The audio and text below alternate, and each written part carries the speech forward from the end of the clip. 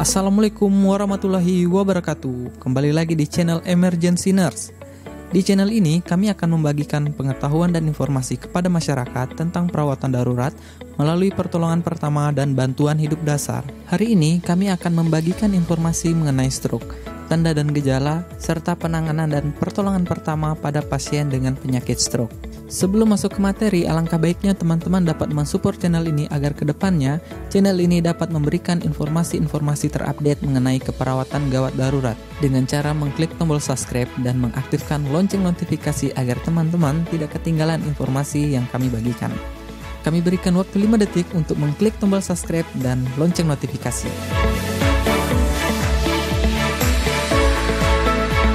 Terima kasih Anda telah mensubscribe channel ini. Semoga informasi yang kami bagikan dapat bermanfaat dalam kehidupan sehari-hari. Teman-teman tentu telah banyak mendengar tentang penyakit stroke. Berdasarkan riset kesehatan dasar 2018 mencatat bahwa penyakit tidak menular di Indonesia mengalami peningkatan. Salah satunya adalah penyakit stroke, di mana selama 5 tahun terakhir mengalami peningkatan dari 7% menjadi 10,9%. Hal ini dapat dinyatakan bahwa dari 1.000 orang penduduk Indonesia, 13 diantaranya adalah penderita penyakit stroke.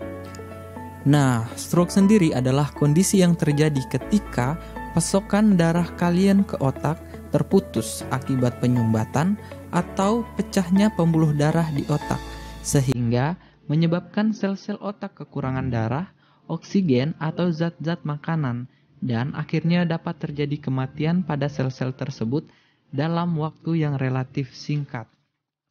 Apa saja yang dapat menyebabkan penyakit stroke? Stroke sendiri dapat disebabkan karena obesitas, banyak mengkonsumsi alkohol, merokok, dan kurangnya berolahraga. Mereka yang memiliki tekanan darah tinggi, kolesterol tinggi, diabetes, penyakit kardiovaskular, atau masalah tidur yang mengganggu juga memiliki risiko tinggi untuk mengalami serangan stroke. Sayangnya, masyarakat Indonesia masih kerap mengabaikan pengendalian tekanan darah tinggi atau hipertensi yang merupakan faktor risiko yang mendominasi terjadinya stroke. Perlu diketahui, otak adalah satu-satunya bagian tubuh yang mengkoordinasi semua bagian tubuh kalian. Jadi, apabila sampai ada pembuluh darah yang tersumbat atau bahkan pecah, pasti akan mengganggu koordinasi tubuh kalian. Bisa terjadi lumpuh, tidak bisa bicara, suara pelo, kebutaan, bahkan hingga kematian. Gejala yang dialami seseorang yang terkena stroke itu sangat bervariasi, tergantung dari bagian otak mana yang diserang. Nah, seperti yang kita ketahui, otak bagian kanan akan mengendalikan fungsi organ tubuh sebelah kiri, sementara otak bagian kiri itu akan mengendalikan fungsi organ tubuh sebelah kanan.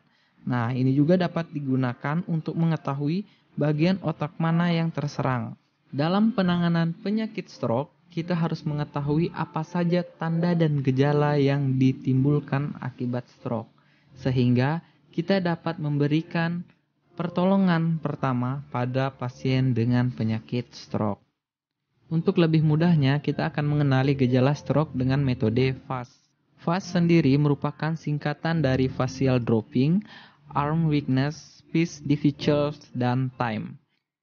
Yang pertama adalah face dropping atau facial dropping, adalah wajah yang tertarik ke satu sisi atau ke bawah dan sulit untuk digerakkan. Biasanya sahabat akan mudah mengenali gejala ini karena tampak secara nyata. Misalnya, daerah wajah terlihat seperti terjatuh pada satu bagian. Yang kedua yaitu arm weakness, adalah ketika seseorang mengalami kesulitan untuk menggerakkan lengan tangannya. Sahabat juga dapat melihat secara langsung di mana penderita mengalami kelumpuhan pada anggota badan maupun anggota gerak. Bahkan, penderita juga mengalami mati rasa atau sensasi kebas. Yang ketiga yaitu speech difficulties, di mana penderita mengalami kesulitan berbicara. Pada tahap ini, penderita berbicara dengan tidak jelas dan cenderung sulit untuk dipahami. Yang terakhir adalah time. Bila terjadi hal-hal di atas, maka waktu respon sahabat menjadi sangat penting. Sahabat dianjurkan segera memanggil bantuan medis dan membawa penderita ke rumah sakit. Perlu sahabat ketahui bahwa stroke merusak sekitar 2 juta sel otak per menit. Jadi waktu amatlah penting bagi seseorang yang terkena serangan stroke. Semakin cepat memperoleh pertolongan, maka akan semakin banyak sel otak yang dapat diselamatkan. Nah, bagaimana saya dapat menolong orang yang terkena stroke jika mereka ketakutan atau gelisah? Yang Anda lakukan adalah tetap tenang sehingga dapat berpikir jernih dan menolongnya. Bantulah dia untuk duduk dan yakinkan dia bahwa bantuan akan segera datang. Bagaimana jika saya tidak mengerti apa yang mereka katakan? Seseorang yang terkena stroke bisa saja kesulitan berbicara, tetapi mereka dapat memahami apa yang kita katakan. Tenangkan mereka, berbicaralah dengan lambat, dan beritahu bahwa bantuan akan segera tiba. Demikian informasi yang dapat kami bagikan. Intinya, dalam penanganan penyakit stroke, kita harus mengetahui tanda dan gejala stroke. Kita tidak bisa panik dan waktu adalah respon cepat untuk menyelamatkan nyawa pasien.